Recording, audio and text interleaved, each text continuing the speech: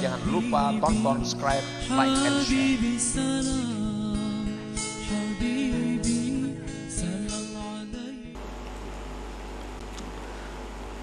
Adapun berdoa kepada Allah dengan tujuan ubudiyah, tujuan kehambaan, dan menampakkan kepakirannya, nah maka itu diperintah.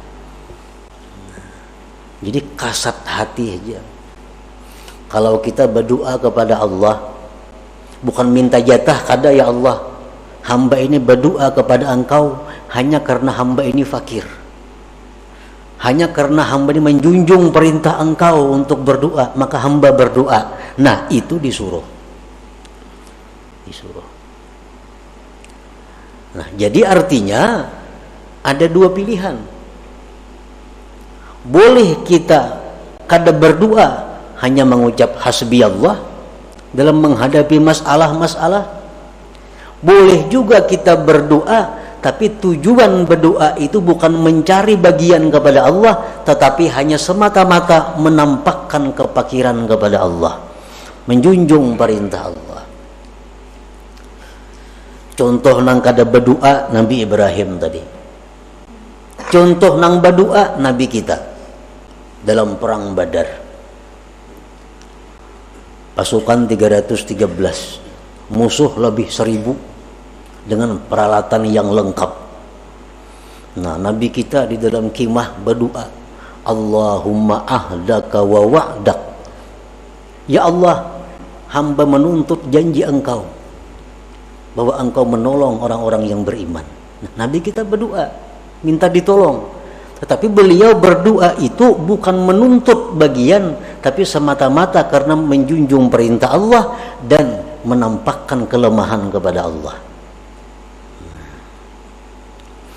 Jadi artinya silahkan aja kita berdoa, silahkan juga kada berdoa. Misalnya kita menghadapi satu masalah, kita kada hendak berdoa, hendak kayak Nabi Ibrahim, itu dibaguskan juga oleh para ulama. Ada masalah besar yang kita hadapi, hasbiyallah wa ni'mal wakil, hasbiyallah wa ni'mal wakil. Itu 4 Nabi Ibrahim. Ada masalah yang kita hadapi, lalu kita berdoa kepada Allah agar ditolong, tapi tujuan kita adalah menampakkan bahwa kita ini lemah. Itu 4 Nabi Muhammad sallallahu alaihi wasallam, boleh juga. Seperti apa yang dikatakan oleh Al-Habib Abdullah bin Alawi Al-Haddad dalam syair beliau, qad kafani ilmu rabbi min su'ali wa ikhtiyari, padu'ai wa betihali syahidun li biftiqari. Ujar beliau, qad kafani ilmu rabbi, sudah cukup lawan aku ini ilmu Tuhan. Artinya Tuhan tuh tahu aja keadaanku, sudah tahu. Aku susah, Tuhan tahu. Aku kesempitan, Tuhan tahu. Qad kafani ilmu rabbi, cukuplah bagiku ilmu Tuhan daripada berdoa atau merintih. Walaupun kada berdoa, kada merintih, Tuhan tahu juga sudah aku ini susah. Nah, padu'ai wabtihali, adapun aku berdoa kepada Allah, aku merintih kepada Allah, syahidun liptiqari, itu hanya sebagai saksi kepakiranku.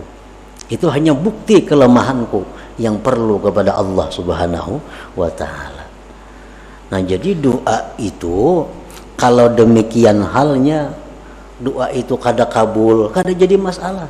Karena berdoa bukan supaya kabulnya kada. Berdoa ini semata-mata perintah Allah dalam Al-Quran agar berdoa.